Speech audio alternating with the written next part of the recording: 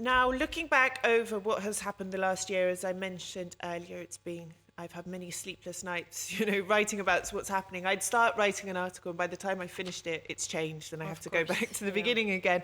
The stalling of talks, conflict in the north, injured NATO troops, kidnapped police, spats with Brussels, a terrorist attack. Also, as well, relations with the EU and the US potentially reaching not the lowest levels, but not great levels. Do you think the Prime Minister could have handled something slightly better? Of course, listen, he has the greatest political legitimacy in the modern political history of Kosovo. So he can use this power to reach out to the opposition and to benefit maybe from their experience, because this is the first time that Kurti is in the government, so in the executive branch. So what he did, especially with coordinating with the international community, he thought that coordination minimizes sovereignty, which is not true.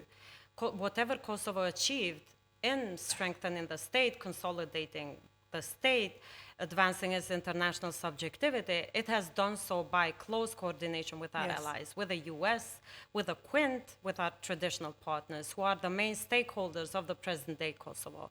So this is what I think Kurti has done wrong in the beginning, when this issue with the license plate started. If he would have given up and just trusted the US proposal in the beginning, we would not deal with the issues that spiraled afterwards with violence, with barricades. And afterwards, he gave up and extended the validity of the license plates while negotiating with the criminals, Vucic's criminals, who put up those violent barricades. So we ended up making those criminals stakeholders in the peace process in the north. So of course, when the validity of those plates then was to an end, we foresaw that they would come up with barricades as well, and they will continue the same violence cycle. So this has been done. I think it could have been handled in a better way.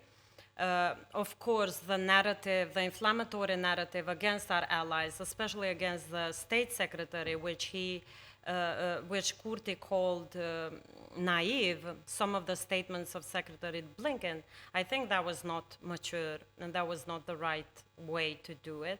We've had disagreements in the past as well, also with the US as well, but we did this via institutional dialogue.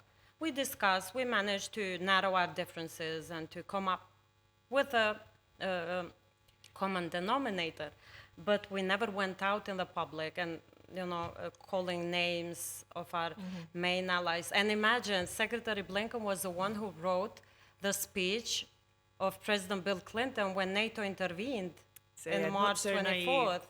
So, the parallelism is totally out of What about putting context. the mayors, the ethnic Albanian mayors, into the municipalities in the north? Do you think that situation could have been handled with a bit more care, a bit less force? Listen, that was legitimate because the elections were done in a fair and democratic way.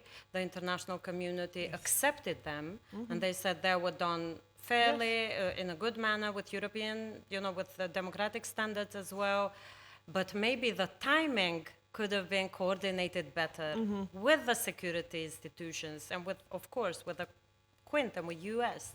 So again, we come back to the coordination element, which Kosovo benefited from in the past and will benefit if it does so closely with our traditional allies. And Kurti has to learn to do this, and he has to believe that this will not minimize Kosovo's sovereignty. In contrary,